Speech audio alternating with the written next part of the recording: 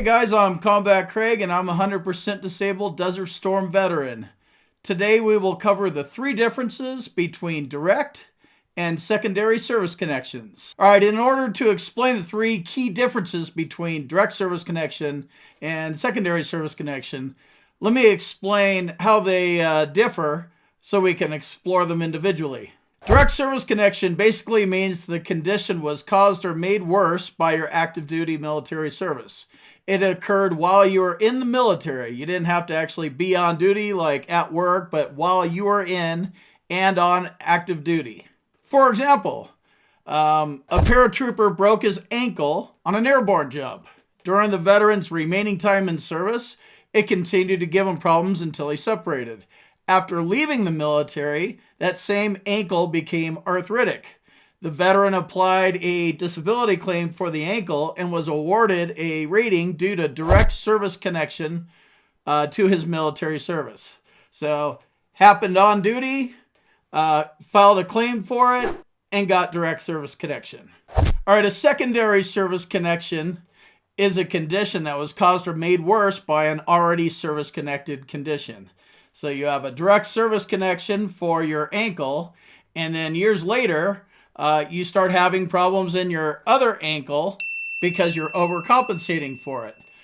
Now you can go ahead and file a new claim for your right ankle secondary to your left ankle.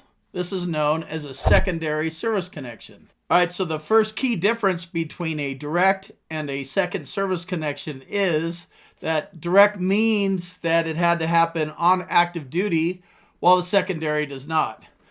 This is why secondary service connections are easier to make in a lot of cases, because you don't have to go back 30 years to establish connection. You need to use your current diagnosis and your symptoms, and you connect them to something that is already service connected. So you can do all this right now. You don't have to go back decades to make the connection happen like you do in a direct service connection. So that's the first key difference.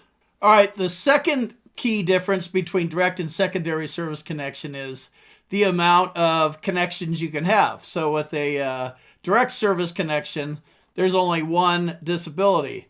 With a secondary service connection, you can have multiple connections. So your bad ankle is connected to active duty, and that's the end of it.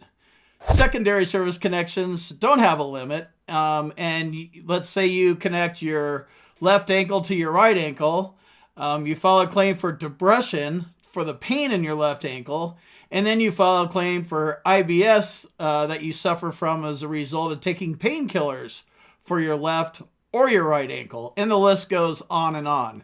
So there's no amount of secondaries. There's not a cap on them, where in a direct service connection, there's just one of them. So that is the second key difference between a direct and a secondary service connection. The third key difference between direct and secondary service connection is the amount of compensation that you get when you have one of these service connections. Service connections, the phrase that I want you to focus on here, because there's no difference in pay or compensation. You're just service connected at that point. So you could start off with your left ankle, then you file a secondary for your right ankle, and this little arrow comes down. But if you have 10% for this one and 10% for this one, then normal VA math rules apply. If your disability gets worse, you can file for an increase on either a direct or a secondary service connection. If your disability causes another body part to get worse, then you can file another secondary service connection. And if your claim is approved, then it's also going to be just service connected and calculated, and it goes on and on and on. So I've seen cases where you have one disability rating for tinnitus and then multiple secondaries for what the tinnitus does to you. Mental health is a typical one. Sleep apnea is another one. Migraines, these things all connect as secondary connections to your initial direct service connection to tinnitus. So I hope I didn't make that too complicated for you. When it comes to both direct and secondary service connection, the burden of proof from the legal standpoint is the same. You need a current diagnosis, and you need symptoms, and you need an independent medical opinion that lays out the severity of your symptoms to get you properly rated. Let me jump in here real quick and tell you about my boot camp. If you want to learn more about the VA claims process, check out my boot camp. You can talk to me live. There's a link on the website and in the description, combatcraig.com. And also, if you need medical evidence like a nexus or documenting your symptoms properly, go to our website, combatcraig.com, and it says medteam/nexus letters. Click on that link, fill out the form, boom, you're done.